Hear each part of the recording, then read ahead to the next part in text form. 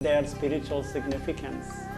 Then we will move to daily puja and we will discuss about its spiritual significance. Finally, we will discuss about the history of Tantra. For many, Tantra is really a confusing term. Many people have asked me whether Tantra is related to sex in any way. We cannot accuse them. That's a kind of concept Western people have about Tantra. And they are right also to a certain extent, because some branches of Tantra have close relations with sex. They take sex as a pathway to salvation. We will deal about those topics, and when we deal about Vamachara, that's the name of that system which deals with sex. We'll deal about that topic later. Right now, let's come back to our basic point, what is Tantra? We have to answer 3 questions. The first question is, what is Tantra after all? And second question, are there many branches of Tantra? And the third question, if so, how many branches are there? For the sake of convenience, we are going to take the last point first. How many branches are there? Historians divide Indian Tantra Sastra into 4 sections. They are Kashmiri Tantra, then Tibetan Tantra, which is really an offshoot of Buddhism, then Vanga Tantra, and finally Kerala Tantra. I have put them in the chronological order. That means the Kashmiri Tantra is the oldest. Of course, there are not enough proofs for that, and there are also different opinions.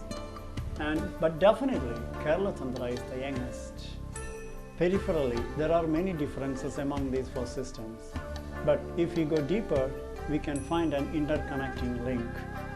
For example, take the first 3 systems, Kashmiri Tantra, Tibetan Tantra, and Vanga Tantra. They are more concerned with individual salvation.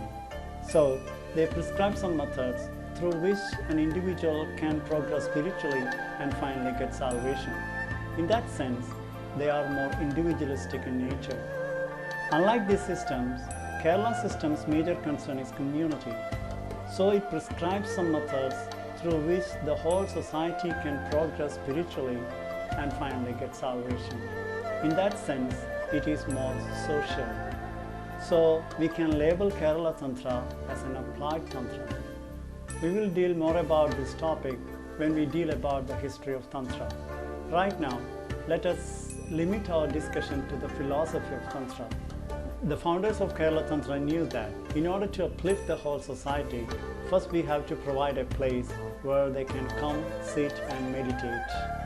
And secondly, we should know which all things prevent an individual from making a spiritual improvement or development. The greatest obstacle of a man's spiritual progress is the influence of his past karmas. In Hindu philosophy, they are known as Prarabdha Karma and Sanjita Karma. Their influence is very great. They will create a kind of vibration, a field of vibration around us. The nature of the field of vibration will be dependent upon the nature of activities we did in the past. If we have done many good things in our past life, the influence is going to be positive and it will create a kind of positive vibratory field around us.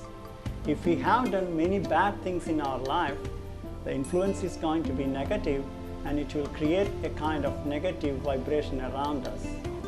If our field of vibration is positive, naturally we will attract positive things into our life, and if the field of vibration is negative, definitely we will attract more negative events into our life.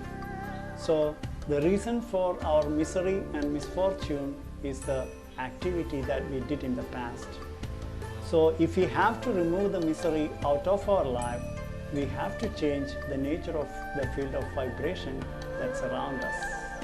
The aim of almost all the spiritual practices is the removal of this negative field of vibration.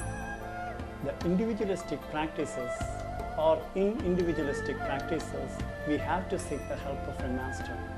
We have to go to a master, we have to live with him, and the master will help us to remove this, to get rid of this negative field of vibration. According to Tantra, a temple can also do that. A temple can work as a master. So Kerala Tantra tries to make a place where the devotee can get rid of his negative energy and where the devotee can fill with his field of vibration with positive energy. How can we do that? That's the next question. How can we remove darkness? By bringing more light.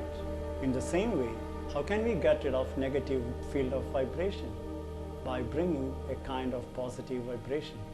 The founders of Kerala Tantra knew that if we can make a true representation or a geographical representation of a human body or a copy of a human body, and if we can keep that copy always filled with positive energy, then we can easily get rid of the energy of the devotee whoever enters that field of representation.